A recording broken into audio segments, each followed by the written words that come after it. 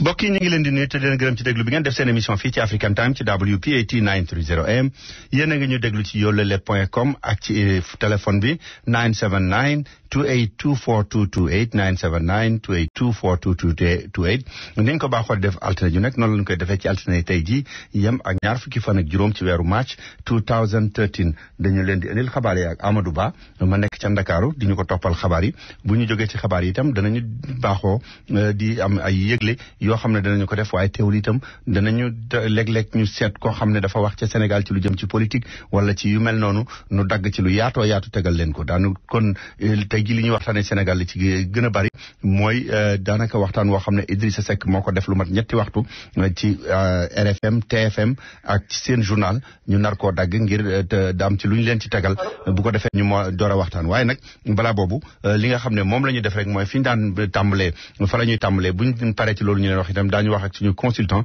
kii di Birahim Ndiaye ci lu jëm ci mbiri làmb ji seen mbokk Damba moo nekk ci micro bi moo nekk itam ci machine bi kon ni ma leen ko waxee rek li ñu daal def rek mooy tàmbalee ci lu jëm ci mbiru la xew-xewee am ca Sénégal ak Amadou Ba ma ñu toogal ca Ndakaaru Amadou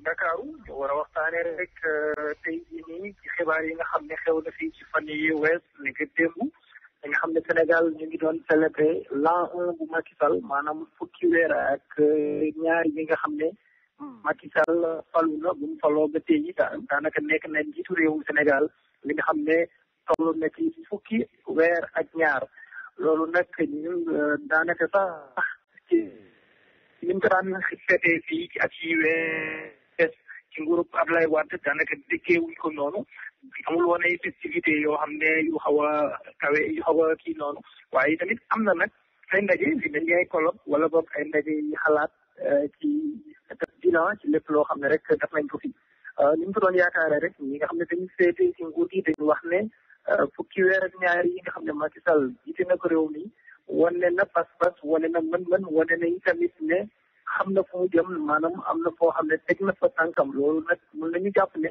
loolu ñi nga xam ne dañu ànd ak moom ñoom ñoo ko wax ne dañ ci fan ci weer yi romb yi rek maanaam li toll ci fukki weer ak ñaar yi wane na ci mën-mën li mel ni ci traque des biens mal acquis ci li nga xam ne xeex lépp loo xam ne ger la wala li nuru yàqute ci mbirum xaalis kopparu réew mi daanaka Macky Sall àdduna ci maanaam mën lañ jàppale ci yoon wi loolu ñi ànd ak moom ñoo ko wax waaye ñi nga xam ne nag dañu nekk ci kujje gi dañuy jàpp ne Macky Sall fukki weer ak ñaar yi fi nekk yëpp fukki weer ak ñaaru tâtonnement la fukki weer ak ñaar yoo xam ne dafa nekk ci ut rek di xamagul fu mu jëm amagul benn nomination boo xam ne sax ci ay nomination yu am solo def na ko loolu nag ñi nga xam ne ñoo nekkoon ci nguur gi ñi nga xam ne ñoom ñoo taanu delluwaat nañu ci li ñu mel wax ne Macky Sall politique la fi nekkee waaye lépp loo xam ne rek li jëmee développement réew mi daanaka defagu ci dara ci ak ci njëkk joo xam ne jiite na ko réew mi ñu jëm nag ba léegi ci mbirum en l'an 1 bi nii am na ñoo xam ne dañu ànd ak moom ñu déglu leen tamit ci mel ni Idrissa Seck def na benn interview bi am solo boo xam ne def na ko ci rajo Futur Média mën lañ ci jàpp ne Idrissa Seck am na jooy sax yoo xam ne def na ko ci loolu nag ñu bëri mu jaaxal leen ndaxte Idrissa Seck ñëpp xam nañ ne ko xaw a dëgër xol la woon gis nañ ne am na ay ñagas yu mu amoon fi moom ak président Wade waaye ba léegi kenn déggu ko ci mu jooy ci ba biñ koy teg ak yi ni mel waaye tey jii nii bu mu doon def interview ak rajo Futur Média jooy la def waaye li ñu mën a jàpp yi tamit ci interview boobu bi lépp loo xam ne rek tuumaaloon na ko ci Macky Sall mel ni milliards yi nga xam ne daan na ko tudd ba léegi nee na moom adduna ci te nee na moom laaj bi mu ci doon laaj ba léegi moom koy laajaat mën lañ jàpp yi tamit Idrissa Seck wax na ne ki nga xam ne mooy Abdoul Mbaye ak kii di Amadou Kane nekk ministre des finances Abdoul Mbaye nekk premier ministre jàpp nañ ñooñu waruñu mun a jëmee réew mi kanam ndaxte ay banques yi kese lañu li ñu jàpp nag mooy tey jii nii tamit ci colloque boo xam ne Benno Bokk Yaakaar mu ngi ko doon amal premier ministre Abdoul Mbaye profité na occasion bi ni mel pour tontuwaale kii di Idrissa Seck Abdoul Mbaye lu mu ko wax mooy Idrissa Seck tey wax la fi nekkee ndaxte école bi nga xam ne man foofu laa jàngee mooy HEC jéem na foo dugg li bëri te waaye antuwul donc yi tamit bu fekkente ne dafay wax ne man banquier kese la loolu yi tamit amul ndaxte man économiste la balaa may nekk banquier loolu mooy tontu boo xam ne Abdoul Mbaye indi na ko jëmee ko ci Idrissa Seck ci critique yoo xam ne critiqué na ko ci nu mu yoree réew mi lañ jàpp yi tamit ne Abdoul Mbaye ñëwaat na ci lépp loo xam ne rek bilan la ci at bi nga xam ne nekk na ko fii ci njiitu gouvernement bi wax ne bu ñuy dem ci bilan ne kenn ku ne ndaxte Idrissa Seck nekkoon na ci ay at yu yees premier ministre na ñëw def bilan moom itamit moom mu def bilan ñu jàpp rek ne kon mbir mi foofu lañ ci tollagum ci Macky 1 bii nga xam ne waa parti démocratique sénégalais ñoom comme niñ ko daan waxee rek ñoom ñu ngi jàpp ne ba léegi dañu nekk di leen def chasse aux sorcières wala boog ay tracasseries yi ñu nekk di def ci ñoom kii nag di Mimi Touré doon jël kàddu yi tamit ci colloque boobu ma lay waxal nii moom jàpp na ne am na ñoo xam ne dañu sàccoon alalu réew mi ba tax na bu fekkente ni indi wuñu woon CREI bi duñu leen mën a topp ba leeral mbir mi ba leeral xaalis boo xam ne sàcc nañ ko ba yi ñu mel léegi nag bi ñu weesoo ci mbirum Macky 1 ñu dem daam bu fekkente ne rek mën na maa rappelé beneen poñ xam na comme man maa ngi soog a ñëwaat boo xam ne war nañ ci mën a waxtaan mooy xëj na waaw defe naa ne ci mbirum Macky bi ñetti poñ yooyu lañ ci waxoon ñi nga xam ne ñoom ñoo ko déglu ni ñu réagir ak ni ñu ko jàppee gannaaw loolu itam wax na xam nga ne tey ji xew wu rëy dafa am Sénégal muy naqar wu metti ndax kii doon grand Serigne de Dakar dafa nelaw.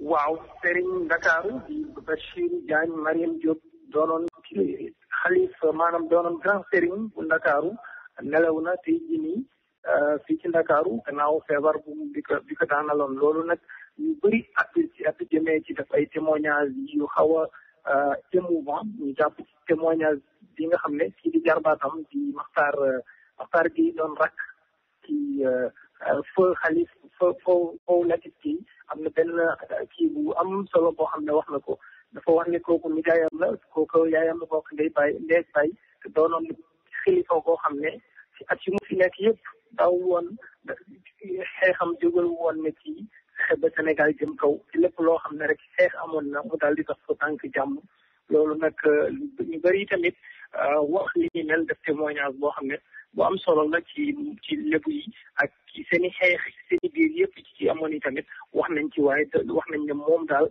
doon na koo xam ne moo doon fay ay yi daan am ci réew mi te yi tamit doon ko defee ci discrétion mu lañ jàpp tamit dem na ba fële di Libye libéré lu na fa lu toll si ñeenti fukki doomi aadama ak benn ci ay sénégalais ñoo xam ne Kadhafi mu ngi leen tëjoon kaso waaye bu mu demee wan waxtaan ak Kadhafi ba Kadhafi nanguloon may grâce ñooñu ñëpp loolu daal doon na loo xam ne ñu ngi koy waxtaanee fii ci Ndakaaru ci mbirum ki nga xam ne mooy Bachirou Diagne Mariam Diop doonoon ci grand Serigne de Dakar moom nag nekk tey jii la ñu wax ne la gaañoo ci heure ci digg bëccëg. waaw Amadou balaa ma lay bàyyi nga dem comme yow ni nga ko waxee da ngay door a dellu si da ngaa tukki woon mais Guinée nga demoon xaj na sax football bi moo taxoon journaliste yu bari yu dem waaye lan nga seetlu ci Guinée ci wàllu politique bi nga fa jógee. daam c'est vrai man daanaka seetaani football sax mooy officiellement li taxoon ma dem waaye amoon leneen li nga xam ne moom fa yóbboon waaye ci mbirum politique bi daam mën nañu jàpp ne Guinée génneeguñu ci impasse bi ñu nekk ndaxte Guinée politique ba dikkonte moo fa nekk politique boo xam ne dafa lalu ci mbirum xeet loolu mbir mu xaw a doy waar la te Guinée yi tamit nañu jàpp ne sous développement bu doy waar a fa nekk ndaxte courant gi boo xoolee di nga nekk ci hôtel boo xam ne courant du fa am ndox du fa am wala courant bu fekkente ne quartier bi mën nañu jàpp ne tey jii nii bu ñu waxee ne Géejawaay moo war a am courant tey da koy commencé minuit ba 7 heures du matin nekk suba doo am courant beneen quartier moo koy am donc ñu jàpp ne ci réew boo xam ne wax nañ ne réew boo xam ne am na ressource yu bëri am bauxite am or am diamant am pétrole ak yi ni mel mooy leen jàpp ne Guinée daal ils ne sont pas encore sortis ils n'ont pas encore aperçu le bout du tunnel ndaxte réew boo xam ne ci lépp lu ñu lal rek lépp lu lal ci seen i nomination ci mbirum xeet la mën nañu jàpp ne boo seetloo diggante ñi nga xam ne ñooy pëlu Fuuta yi ak ñi nga xam ne ñooy Malenke yi seen diggante rataxul noonu ñi ci nekk ci diggante ki doon sax population bu am solo mooy Soussou yi ñooñu ñoo nekk daanaka ci intermédiaire yi ñooñu tamit ñooñu boo xoolee ñetti am na ay minorités yu bëri waaye ñi gën a représentatif mooy pël yi ak Soussou yi ak Malenke yi. léegi nag képp koo xam ne rek allié wu nga Soussou yi mën na am yaa war a jiite réew mi ndaxte Soussou yi ñooñu amuñu xaar ma yàlla ak pël yi amuñu xaar ma yàlla ak Soussou ak Malenke yi.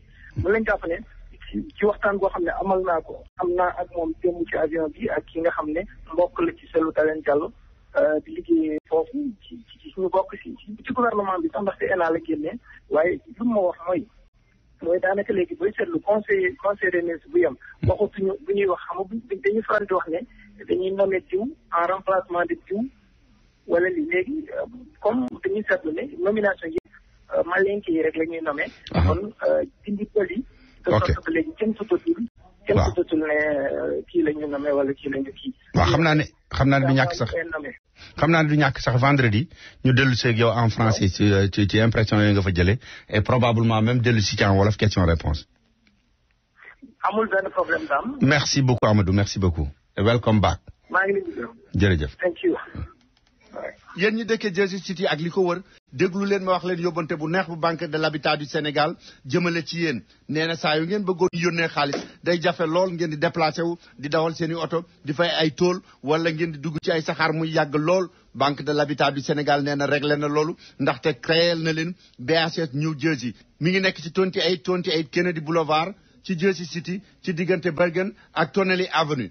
dana fas yéene tàmbali liggéey ci 4 avril bi ñu jublu muy fête de l'indépendance du Sénégal kon nag bu ngeen bëggatee yónnee xaalis ngeen nekk ñu Jersey ak fu mu mën a doon dem leen ci Jersey City 28 Kennedy Boulevard ci Jersey City ci diggante Bergen ak Tonnelle Avenue téléphone 202 204 40 09 201 204 40 09 ñu xamal leen ko banque bi dana ubbi ci 4 avril bi di ñëw daje ak feetu indépendance du Sénégal ku bëggatee yónnee xaalis ci New Jersey rawatina Jersey City ak li ko wër foofa rek ngay dem ci Kennedy Boulevard. déglu leen ma wax leen lu neex a neex boo dee dawal livery wala limousine wala nga bëgg a amaat oto bu gën a bees sa bos demal nga seeti Luxor Motor Car kenn du seet ndax sa crédit baax na wala baaxul li ñu lay laaj nga indiwaale ko rek mooy indiwaale sa licence bu valable ak sa bindukaay daal di signé daal di dawal sa oto bu fekkee ne yaa ngi ak sa licence daañu la approuve du ñu la laaj ndax am nga crédit bu baax wala déet te nag duñu la fayloo benn dërëm li fekk oto bi amul licence yi mu soxla yépp ba nga mën a dawal danañu dem sax ba nga xam ne assurance bi weer wu jëkk yi ñoo la koy fayal te nag dañ ci yokk ne la oto yu baax lañu yoo xam ne garantie bi juróom benn weer yu jëkk yi lu ci ne mejj nga ñëw delloo ci ko ñu daal la koy jox demal nga seeti Luxor Motor Car ñu daal lay jox sa oto ci ni mu gën a gaawee boo ci bëggee xam lu gën a leer mën ngaa woo Baye la Keneme ci 1888 717 8181 1888 717 8181 wala nga dugg ci seen website liverytrader.com.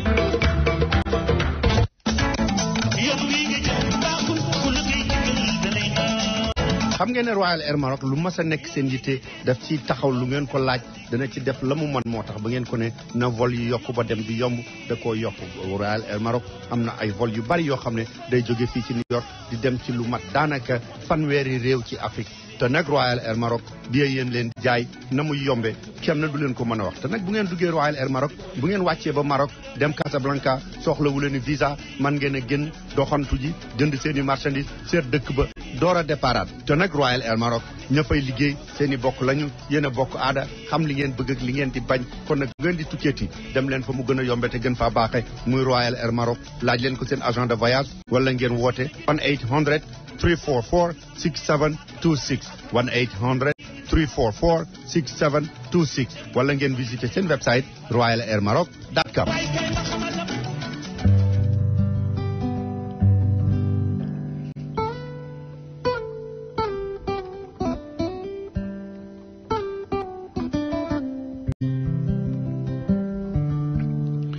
waaw mbokk yi kon ñu dellu si waat di leen gërëm ci déglu bi ngeen def seen émission fii ci African Time ci WPAT 930 AM yéen a ngi ñu déglu itam ci yolele.com xam naa ne nag ajuma bi moom xam ngeen ne toujours politique bi moo ci yëpp waaye daanu dellu see génn ci politique bi nga xam ne moo jógee Sénégal waaye itam dafa fekk ne nit fu muy dundee itam bu ñuy wax na politique ba war a demee da ko war a safoo moo di seet ba xam lu ci wàllam ak lu ci dul wàllam moo tax élection yi nga xam ne ñu ngi koy waajal ci conseil municipalu New York commune New York nga xam ne daanaka moom mooy assemblée nationale commune New York bi yëpp muy 5 boroughs yi dañuy war a def ay élection léegi nag am na menn mbokk moo xam ne Saïd Ramadan la tudd Saïd Ramadan waxtaan nañoo ak moom ci anglais laaj ko lu tax mu yaakaar ne ñi nga xam ne ñooy sénégalais yi ak africains yi fi nekk ñu war koo jàppale kon boog ñu déglu waxtaan bi ñu seq ak moom ci anglais. Good evening, Mr. Ramadan. Good evening. I understand that you are running for the city council in the district of district number 7. And yeah, that's correct. I see that you are going around meeting some African-born living here and other people trying to ask for your support. Why? Tell me what you think they can get from that from supporting you. Oh, absolutely. I think that my African brothers and sisters in West Harlem, especially in District 7, which is now 166th Street through 97th Street, from the Hudson River all the way to St. Nicholas Avenue. I think that the benefit that they would get from having someone who happens to be a Muslim, who happens to be an Arab, who happens to be an immigrant, who has experienced all the experiences that immigrants go through, first of all, would have the compassion of understanding that the immigration experience is something that I can help with by having forums, by bringing people who can help us with immigrant issues. The other thing is I'm a small businessman, and I understand, and especially my father was an immigrant as well, and he was a person who opened up a small business, and I opened up a small business. I understand the struggles of business, and I know how to lobby city agencies to ensure that I could defend their interests just in case sometimes they take advantage of people who are newer in this country, and mostly to have a voice, because right now when you look at the demographics of this district or Harlem, there is no announcement of the African immigration status. In other words, they will say, here is the population of the white people, here is the population of the African American people, here is the population of the Latino people, and there's about 9,200 Asians. But there's no amount, there's no significance, or there's no importance given to the large number of African brothers and sisters in our district who happen to be some of the most vibrant business people, who happen to have, we have just, beyond the churches, we have about a dozen masajid in our district. And I think that a lot of resources are not coming to the district. A lot of support for Africa are not coming to the district. And it's always the historical residents of the district are the ones who are benefiting. And I think we need to benefit more. Actually, I wanted to get some education here. I want to be educated a little bit because maybe where we come from, power are not that localized. You have the city council, you have the governor, you have the mayor's office. But what is the power of a city council actually for you to bring something to the district? Sure. The city council is like the parliament of New York City. There are 51 sections of New York City. Each section or each district has approximately 165,000 people in it via population. And so Manhattan Island has 10 districts. The district that West Harlem is in predominantly is district number 7. So this would be a district comprised of about 165,000 people.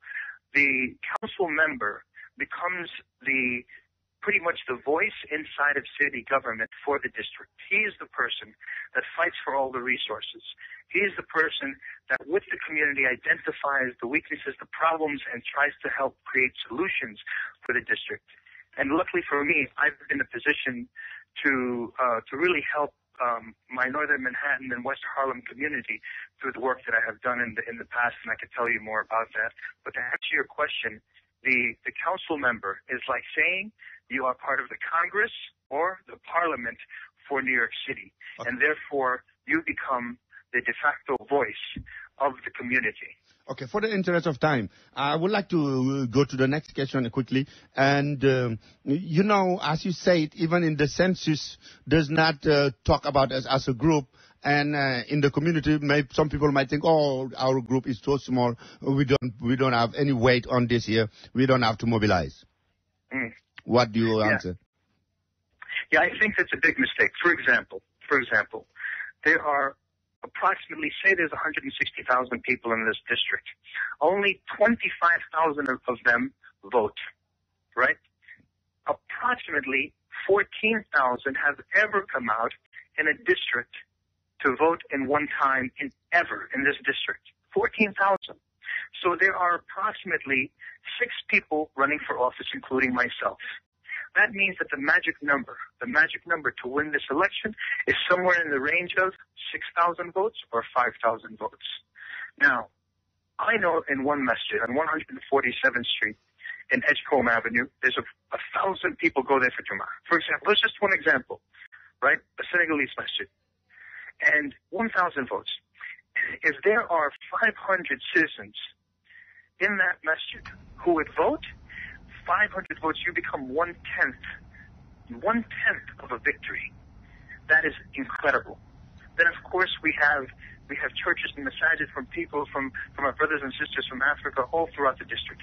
If each one of those churches or masajid or whatever they come from, wherever the group that you belong with in Africa, if you are engaged, if you register to vote, you might be one of the most influential political groups in the district, and you're not even on the demographics. And now let me tell you something, you will be on the demographics as one of the most powerful groups. Okay, when is the voting day, and what people should do to get ready for that? Quickly. Yeah, the election is September 10th, and what we should do is start a program of registering as many eligible voters as possible.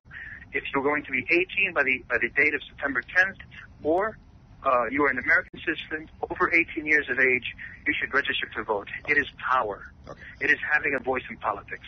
Thank you very much, Mr. Ramadan. I wish we could have more time, but I'm sorry, I can't go further than that. Thank you very much, and good luck. Another time, Brother Dow. Thank you very much. Bye-bye. Sur le reste du programme, laissez-moi vous donner une annonce. Avant de revenir avec vous sur le reste du programme, laissez-moi vous donner une annonce de la part de la Banque de l'Habitat du Sénégal qui annonce la bonne nouvelle aux habitants de New Jersey et en particulier Jersey City. La Banque de l'Habitat du Sénégal a donc ouvert BHS New Jersey. L'adresse est au 28 Kennedy Boulevard entre Bergen et Tonelli Avenue. Téléphone 201 204 40 09. Les opérations démarrent ce 4 avril, la fête de l'indépendance du Sénégal. Donc, pour envoyer votre argent, rendez-vous au 28 Kennedy Boulevard entre Bergen et Tonelli Avenue. Téléphone 201 204 40 09.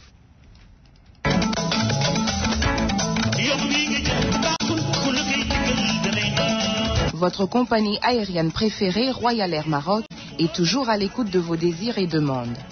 Vous avez réclamé plus de vols par jour en direction de l'Afrique. Royal Air Maroc répond positivement à cette demande. Royal Air Maroc vous offre le plus grand nombre de départs à destination des capitales africaines. Avec autant de vols partant de l'Amérique du Nord, votre temps de transit à Casablanca est réduit au minimum. Avec Royal Air Maroc, ce sont des tarifs imbattables et le plus grand nombre de destinations vers l'Afrique à partir de New York. Royal Air Maroc, c'est surtout un personnel accueillant qui partage vos valeurs et votre culture, qui connaît vos goûts et désirs. Profitez de votre transit à Casablanca pour goûter aux saveurs du Maroc. Pour plus d'informations et réservations, appelez Royal Air Maroc au 1-800-344-67-26 ou visitez www.royalairmaroc.com. ba tey kon mbokk yi ñëw ak yéen ci benn tàgge Serigne Cheikh Ahmed Tidiane Niass ca Medina Niassène, Serigne Sidi Mokhtar Mbacké ca Touba, Serigne Cheikh Tidiane Sy Al Maktoum ca Tivaouane président Macky Sall ak ñi bokk ci gouvernement wu Sénégal yépp madame Aminata Mbengue Ndiaye ministre de l'élevage doon yaay ci ki faatu ca Louga association njàmbur yi nekk ci Amérique yépp ambassadeur Cheikh Niang ca Washington ambassadeur Abdou Salam Diallo ca Nations Unies ci New York El Hadj Sidi Niang consul général à New York Pape Seth Dramé président association des Sénégalais d'Amérique imam Mohamed Ndiaye imam Bassirou Lo imam Djibril Dieye Fatou Kiné Ndiaye doon jigéenub ki faatu Lisa Ndiaye ca New Jersey Mami Si ñu di ko wax Kati ca Philadelphia ak njobootu Xaali Mbeng yépp Mor Ndiaye Ndey Sall ca Brooklyn Rokhaya Mbeng ca Atlanta Mamadou Mbeng di Blanc Mbeng ca Californie Rasoul Mbeng ci New York Koña Fall ca Boston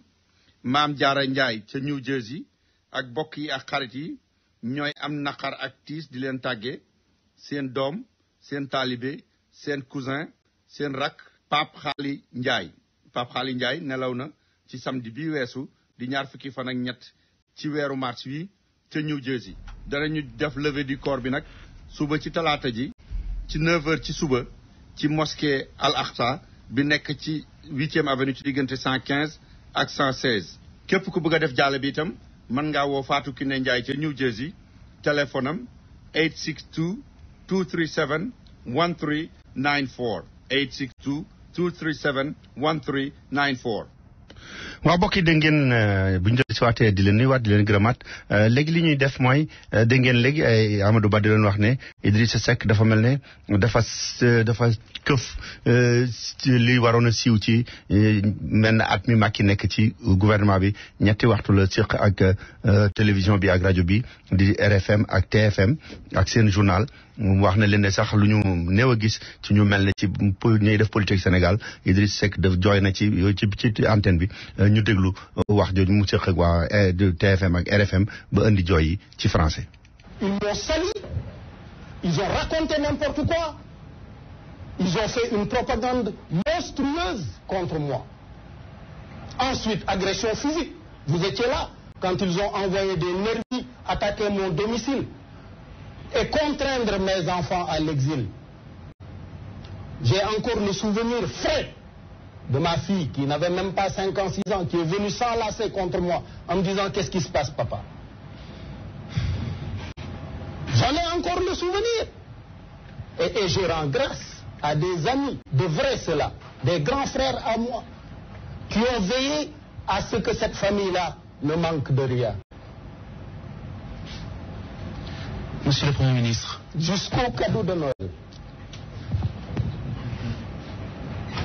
Voilà. Jusqu'au paquet. Monsieur le Premier ministre. Des cadeaux de Noël. Monsieur le Premier ministre. Les agressions ne se sont pas limitées là. Agressions politiques. On m'interdit d'avoir un parti politique. Mais comme je l'ai rappelé tout à l'heure, celui qui est allé à la télévision dire que le Réumi n'existera pas, c'est lui-même qui est devenu président de la République et qui m'a donné le récépissé. Pour vous dire l'étendue de la grâce d'Allah. Vous savez, je louerai autant de fois qu'il y a de souffle dans l'univers. Ce Seigneur-là, qui lorsqu'il veut faire une faveur à son serviteur, enchaîne les causalités pour que s'aplanissent les difficultés devant lui. Voilà ce qui s'est passé. Les Sénégalais ne le savent peut-être pas. J'ai souffert dans ma chair, mais j'ai appliqué ce verset qui exige d'endurer d'une belle endurance. J'ai enduré d'une belle endurance, comme ces compagnons-là qui sont là. Les vieux Sandiri Diop là, ils ont enduré une belle endurance. Monsieur le Premier ministre, votre professeur de gymnastique vous faisait faire dos de chien, dos de chat. Et c'est depuis que vous avez appris que Dieu a appris aux chiens la médecine du dos, que vous n'êtes plus vexé d'être taxé de chien. On l'a dit il y a 10 ans. Et pourtant aujourd'hui, vous en parlez avec passion. Cela vous tire les larmes. Pourquoi 10 ans après, cela suscite tant de passion chez vous, au point de vous tirer ces larmes? Parce que ces Sénégalais-là, je leur dois beaucoup. Et je ne veux pas qu'ils considèrent que c'est une distance. Moi, j'ai du respect pour chaque être humain. À cause du verset « Walaqad karamna bani Adam ». Allah a honoré le fils d'Adam. Je respecte chaque être humain. Monsieur le Premier ministre, nga baal ñu dallu tuuti rek ndax ay publicité xam naa ni xol yi mayeetu ko ñu may ko mu dallu Premier ministre Idrissa Seck mbokk yi parti bi nga xamante ne ci lañu ànd ak moom rek mooy métti di mu dund ci àddinaam li nu ko jiñ mu ne li nu ko toppee woon yëpp ci lépp di neen ci gis-gisam ngëm.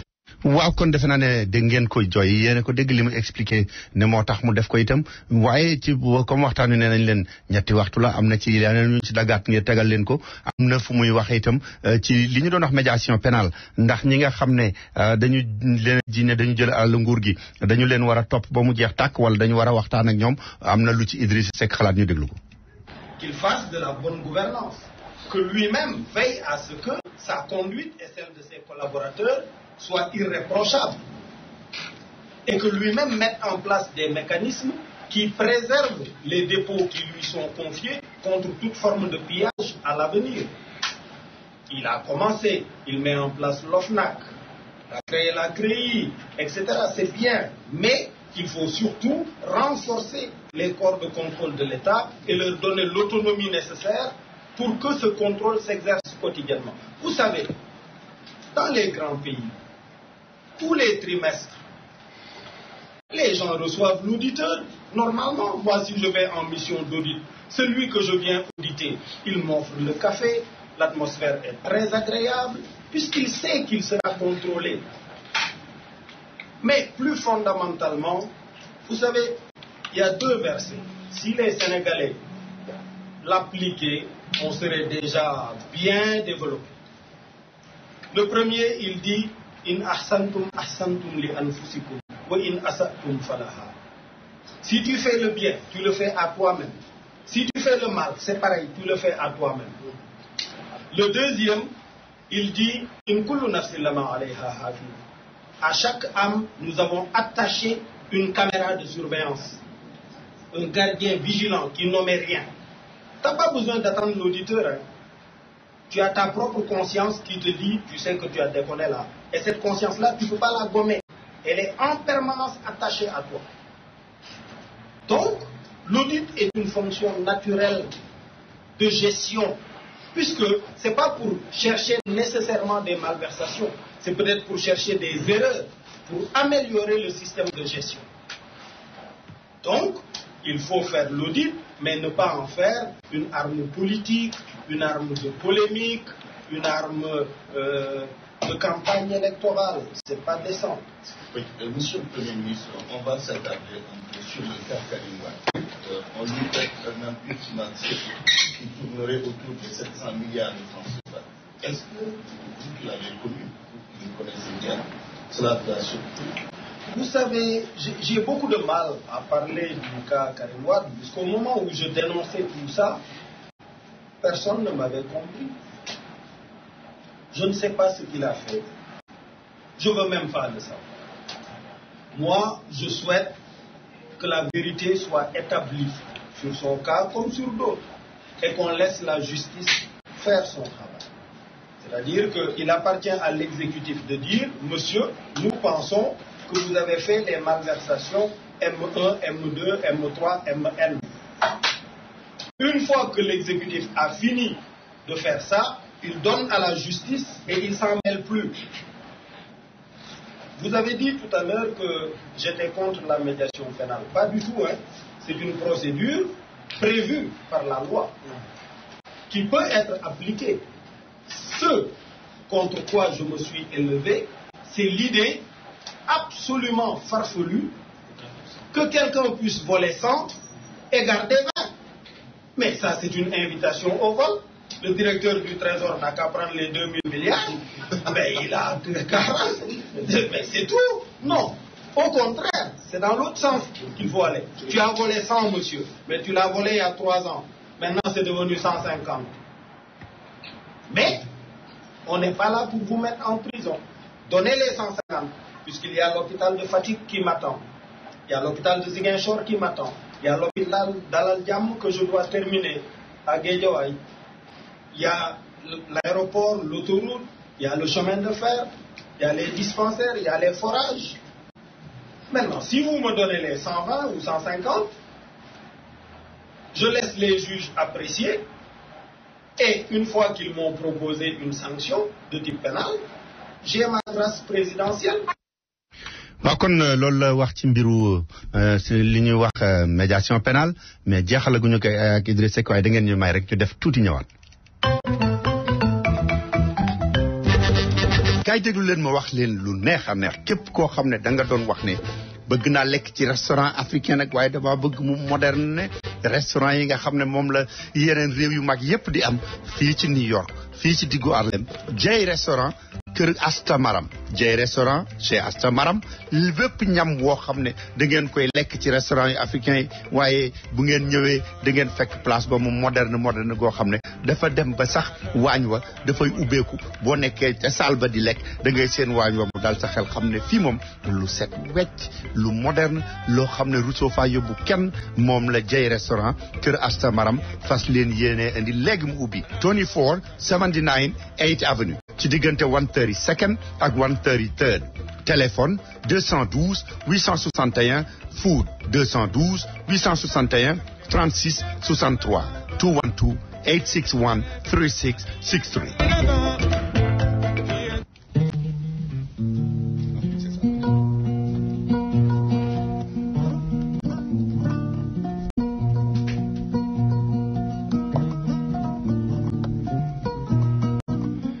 waaw ba tey wax nañ leen ko ne te pare wuñu woon ak Idrissa Seck ndaxte fàttaliku ngeen ay jamono ñu ne dafa am alal ju bare bari mu doon wax ci fonds politique yi la jëlee alal mag yu demee noonu ba mu andi woon coow loolu itam gars yi nga xam ne ñoo ko doon interviewé ci RFM laajaat nañ ko mu dellu si waat lan la tudde ne ay fonds politique moom est-ce que loolu du fonds wu réew mi ba mu war a yaakaar ne mën na koo jël dugal ko ci poosam li la tontu. Travail quand on est inventif, créatif, investisseur et qu'on ait des dividendes. La mienne est intégralement constituée de cette catégorie-là. Pas un centime de fonds politiques n'intègre ma fortune personnelle. J'ai dit ici sur votre antenne, vous pouvez ressortir la banque, que les fonds politiques sont des moyens d'intervention politique et sociale. Tous les ministres, tous les premiers ministres, depuis Abdou Diouf, depuis Senghor. Je vais vous raconter une chose. Quelqu'un m'a dit une fois à l'aéroport que Abdou Diouf a gagné la confiance de Senghor dans le cadre de la gestion des fonds politiques. Un jour, Senghor reçoit un marabout, il doit lui donner 3,5 millions. Il lui donne 2,5 millions ou 2 millions et il écrit une note à Abdou Diouf en lui disant « Je vous envoie tel marabout, donnez-lui le 1,5 million qui vous reste. Le 1,5 million qui vous reste. » Le gars arrive, Abdou Diouf tire le tiroir, prend le 1,5 million et lui donne. Ça veut dire que Senghor tenait la comptabilité de ses fonds politiques, puisqu'il a su que Abdou Diouf était supposé avoir un solde de 1,5 million. Et sa confiance serait née un peu de ça.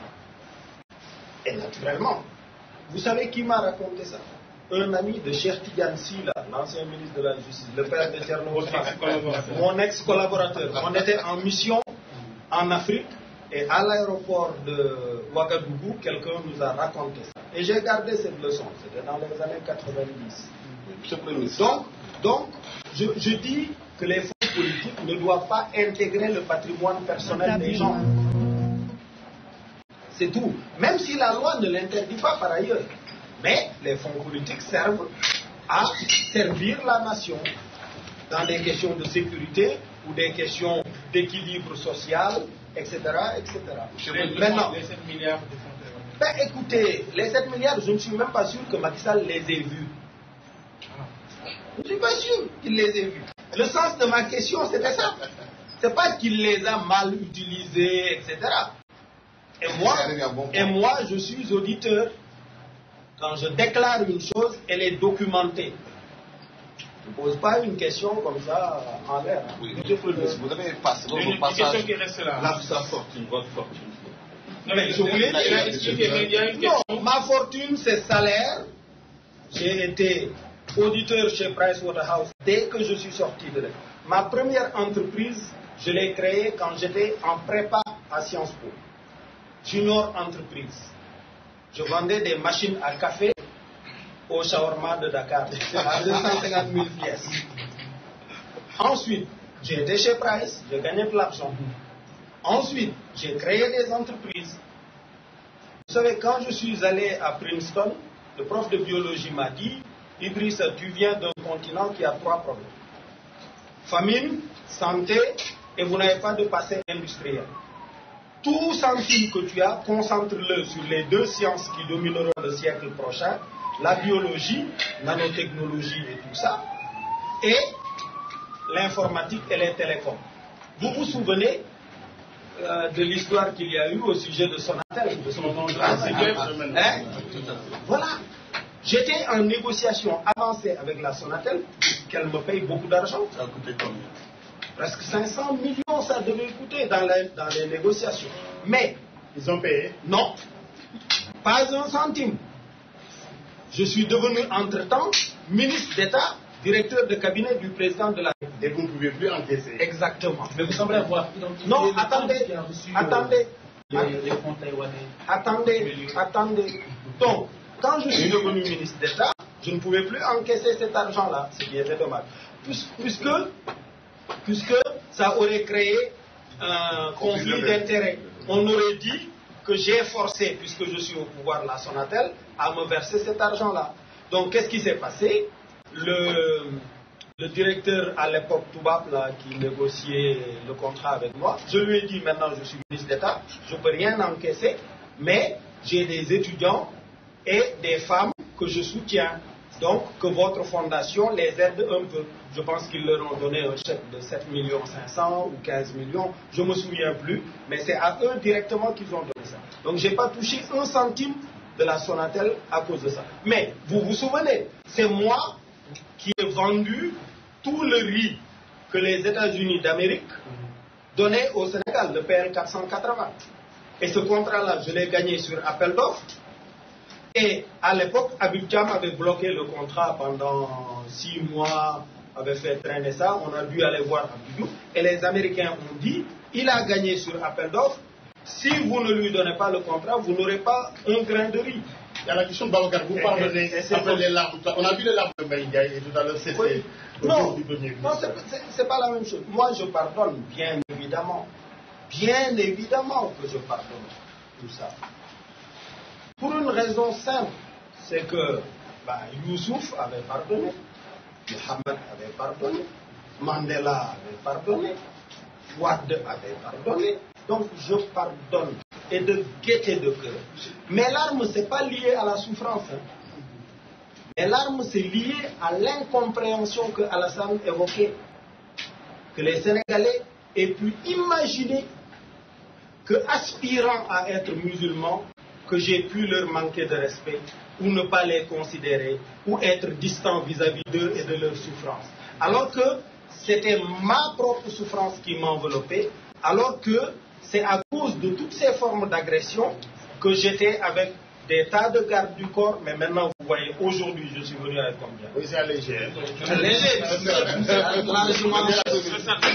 Vous avez pardonné. Tout ce matin, vous dites tout ce matin, même ce fameux compte qui a reçu en premier lieu, c'est le fonds taïwanais. Non, j'ai dit, quand je pose une question, j'ai les documents. C'est ça que je vous dis. Je ne dis pas, il y a tel compte, il n'y a pas tel... J'avais posé la question et ces documents. Vous attendez que le procureur vous appelle pour apporter... Non, je dis, si le procureur m'appelle, devant le juge, il n'y a plus de réserve. Hein. Très bien. Il n'y a plus de secret. Vous savez, quand j'étais devant le juge, j'ai dit ce qu'il y avait. Rapidement, M. le Premier ministre, vous dites que vous avez pardonné. Vous étiez quand même en compagnonnage pendant plus de 30 ans avec Abdoulaye Wade. Aujourd'hui, quels sont vos rapports avec le président? Est-ce que vous parlez, vous avez des contacts? Non. Les rapports sont totalement inexistants. Je pense l'avoir dit, Tcherno, c'était où? C'était dans... Je crois que donc comme temps bi daf ñu commencé jot Idriss Seck foofu lim ci daaneel rek mooy am na cofeel goo xam ne moom séq na ko Abdoulaye Wade ba muy dugg ci bàmmeel loolu du deñ mais nag joteetul ak Abdoulaye Wade lenn waaye bokk yi comme waxtu li ci des bareetul te itam mënuñoo bañ a jaar ci suñu consultant bi même bu dee benn question la it muy Birahim Ndiaye ci mbiri làmb ji amoon ci ay ci àjjuma ji ci weekend bi li ci jot a xew moom am na lu mu ci waxoon balaa combat bi di ñëw ñu dellu seeg Birahim Ndiaye ci lu gàtt rek balaa ñuy jël téléphone bi.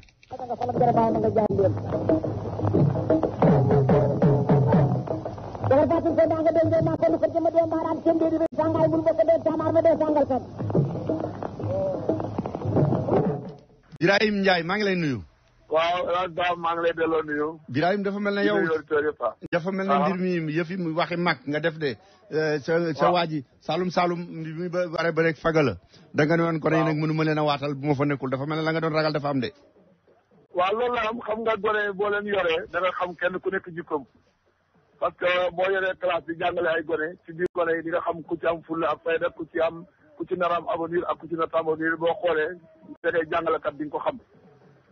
Saalum xale la boo xam ne bii yàlla mënoon may na ko ci bëre loo xam ne am na mënin waaye mën wi dafa def parce que bi mu ñëwee ci man am na loo xam ne da ko daan bëri dama ko dindi ba mu set parce que toujours nga wax ne dinaa des ci moo bool doon wax ne la bëri ki ko mën mooy kii riñaan ak ki mën a rasu rek par moo gis mën ta riñaan mën ta rasu rek waaw daam kooku bëreem des na te Saalum riñaan mi des na xeex bi it teg ko ci yoon xeex boo xamee ne bi boo jamee da ngay bàcc gauche bi toujours tere naa ko ba tey loolu lañ ko daane gauche ba da koo xàcc fa mu ko xàccee dafa sori waa ji àgg ko foo xam ne mën a tóora ci day daanu te waxoon naa la Feugeula tamit day xale boo xam ne bii bokk na ci làmb ji waaye temps yi dafa naqari ne te dina bëgg lu ko delloo si waat kon tey jii dafa mel ni Feugeula moo ko gën a bëgg combat bi moo ko gën a travail bi suñu ko ñoom ñaar boo xoolee sax xam ne Feugeula nii liggéey na moo taxit ndam li am na ko yàlla na ko yàlla def muy ndam muy sansop maa ngi koy félicité tànn na sama point maa ngi koy félicité. waaw mais defe naa am na beneen combat bu mag bu ñu préparé itam muy Zarko ak Mame Balla. waaw Zarko Mame Balla combat bu neex la Zarko xale yi toll na ci temps jamono boo xam ne bii moom it dina ànd ci gannaaw Modou Lo loolu daf ko xawoon tëj parce que Modou Lo day champion boo xam ne bii topp ci mu ginnaawam pour feeñ day jafe parce que day borom bayre ba pare mën a bëre te ndaanaan kon ku topp ci ginnaawam boo watul doo gaaw a feeñ moo xam naa loolu la xool nag daal di bëri daaraam fële ci Grand Yoff mbooloo mais xale la boo xam ne xale boo aw nit la daam na ngeen ko bàyyi xel sóor ko xale la boo xam ne bii bu yaroo tee tànkam fonkay waajuram nangoo liggéey di nga ko dégg man maa la wax bi parce que bëri bu assuré la am xale bu naqaree daan la waaye def jëf nag day ànd ak noppi nañ def li muy def rek te téye laa mi ñam su ko defee di nga ko dégg man maa la wax bi Mame Balla xam ne am na combat bu sëri bu góorgóorlu pour mu génn ci combat boobu dina jafe. waaw Birahim Ndiaye amul jotoon nañ ko laaj sax ci beneen problème boo xam ne dafa war a bëre ak doomu Balla Gaye 1 mais comme ni ma leen ko wax rek fukki minutes ci des nag wax dëgg yàlla téléphone bi mënu cee ñàkk moo tax ñu ne Birahim dañ ciy dellu seeg moom àjjuma ji di ñëw kon nag yéen it bokk yi ñu fàttali leen yéen a ngi déglu seen émission African Time fii ci WPAT 930 AM li ñu dese daanaka fukki minutes ci la toll wala fukki minutes ak benn ñu séddoo ko kon ci téléphone bi li ma leen bëgg a laaj mooy léegi Macky Sall def na fukki weer ak ñaar ñi ànd ak moom dégg ngeen ni ko Amadou Ba waxee nee nañ jàpp nañ ne Macky Sall mi ngi def liggéey bu rafet ñi nga xam ne ñoo ànd ci waa PDS nekk ay wujjëm ci mbiru politique nee nañ defu fi dara day wër di rek di politique ñenn ci ñi mel ne ñi ngi benn tànk lañ am ci biir benn tànk lañ am ci biti ku mel ne Idrissa Seck moom it dégg ngeen li mu wax loolu laa bëggoon nag yéen it ngeen wax ñu lu ngeen ci xalaat ci 212 219 9695 212 219 9695 212 219 9695 ngeen mën a woote wax seen xalaat yéen itam ci li nga xam ne moom lañ jot a waxtaane ci wàllu politique bi.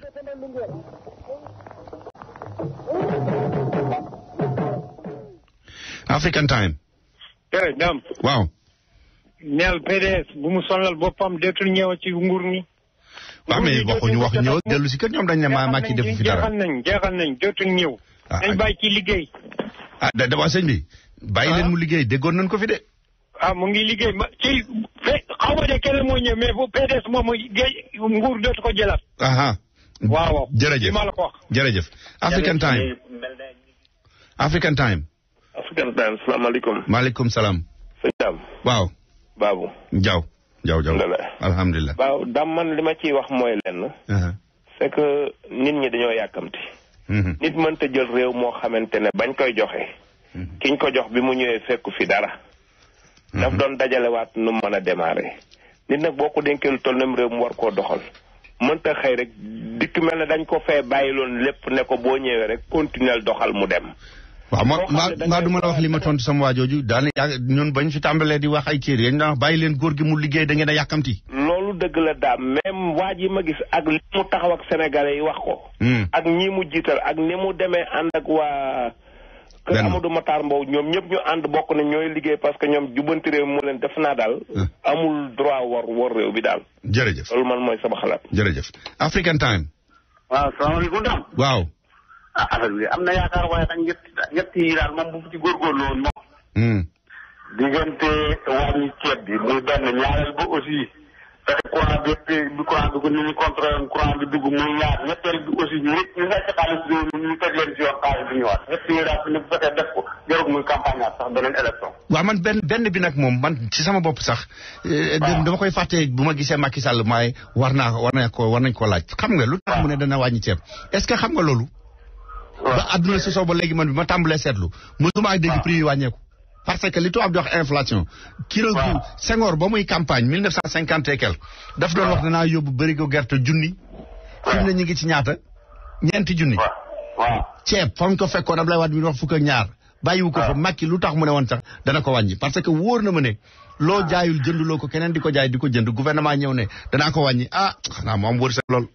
waaw mais ñu si soxla na ko ceeb bi comme 2007 lañ ko yokkoon yokku bu nekk biir ñu delloo ko comme newoon depuis 2007. waaw mais Inde ak Pakistan. waaw mais Inde ak Pakistan. ma ne. waaw sëñ bi defal ndànk yow. boo dee wax may wax duñ la dégg de. ma ne boo dee wax may wax duñ la dégg dama ne. waaw moom jaayul ceeb bi. Inde ak Pakistan ñoom ñëpp ñu koy jaay ci àdduna bi. te ñoom bu leen ko Chine commandé. dañ ko fay dem jaay xaritoo Sénégal ak bokk Sénégal ak yooyu tax ñu wàññi ko moom xanaa taxi la mën a dindi bokk. waaw est-ce que si saa ñu ne nañ ceeb bi. ma ne. ceeb bi li ci gouvernement bi daan jël sart def na ko. wàññi na ko de lañ wax loolu lañ wax de mais taxul mu wàññi ko. wàññi moom ab topp la rek daal di ko dégg moom. jërëjëf African Time. waaw maa ngi ziar. ñu ngi lay delloo ziar bi. lu ñuy laaj ndax président Macky def na dara wala deful dara. waaw 12 mois yi. 12 mois yi. mais teg na réew mi ci raay bu baax actuellement. c'est-à-dire. boo demee ci justice bi Sénégal gee ma jógee. mais kenn ku ne xam nga foo yem ci looy def. te man sama gis-gisu bopp mooy justice bi doogu bu ko jubbanti woon doy na mandat. waaw man sama gis-gisu bopp justice bi Sénégal gee. bu lijjantee ba kenn ku ne am fooy yem doy na mandat gis nga boo demee Sénégal xam nga looy jëkk a nam. the rule of law. boo fa demee loolu ngay jëkk a nam maanaam réew mu am loi boo demee Sénégal loolu ngay jëkk a nam pour man bu ko tegaatee ci yoon rek doy na mandat pour man. waaw. mais gars yi nag dañuy wax ne day wote taxas yi genn wet de gars yi ne nañ ci waa PDS la ko jëmale de ci rule of law bi.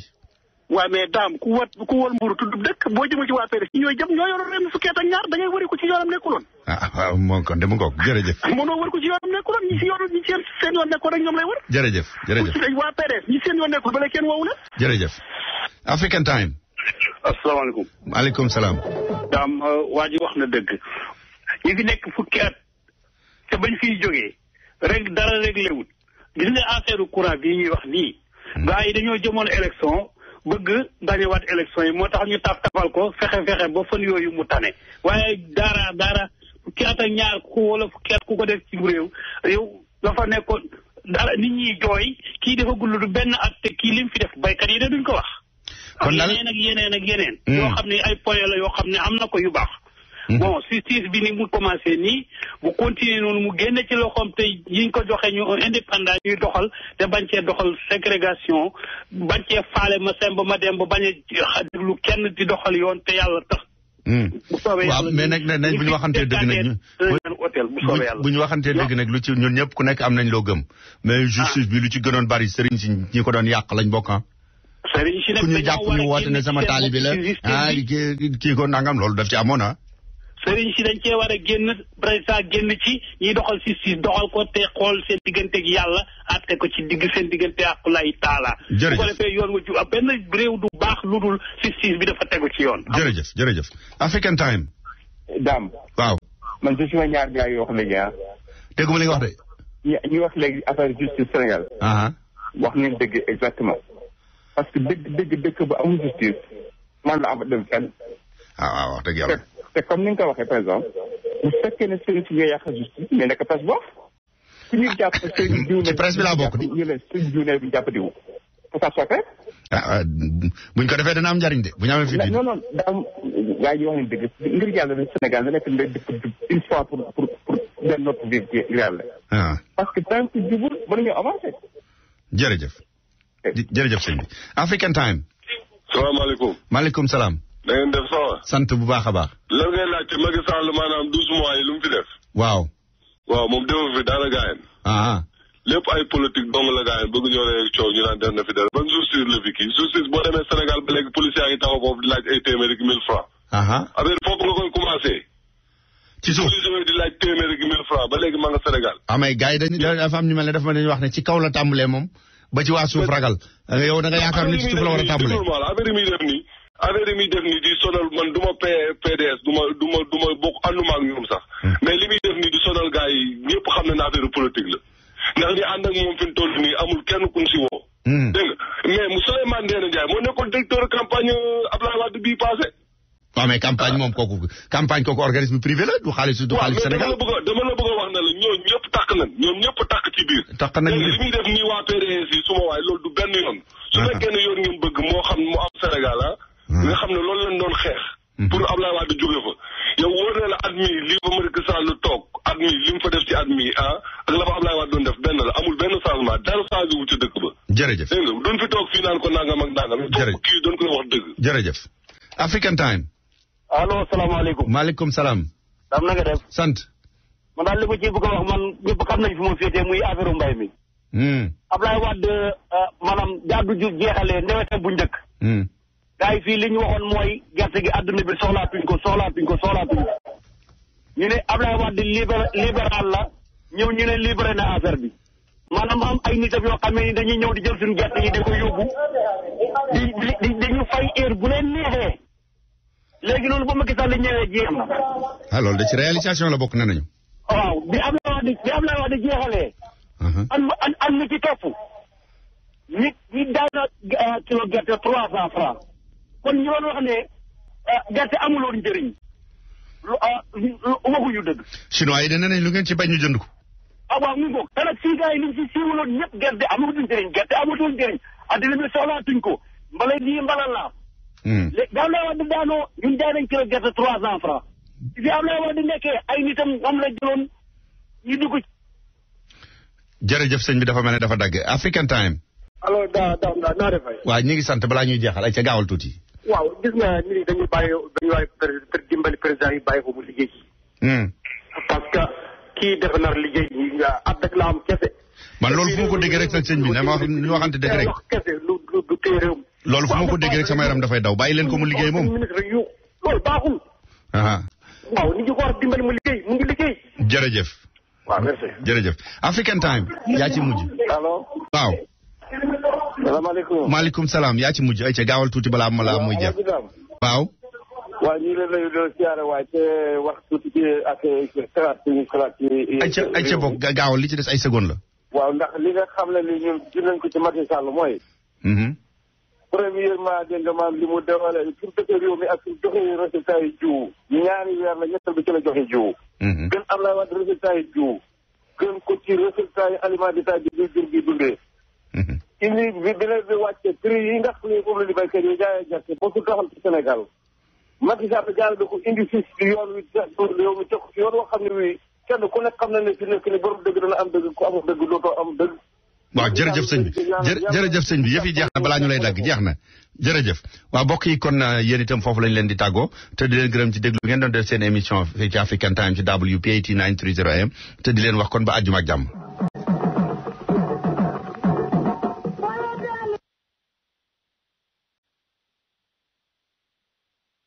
nga fa la gëra baaw nga jaar ndem dafa fatin ko nga de ngeen na ko ko jëm de mbaram ci ndé di sangay bu bokk de tamar ma sangal ko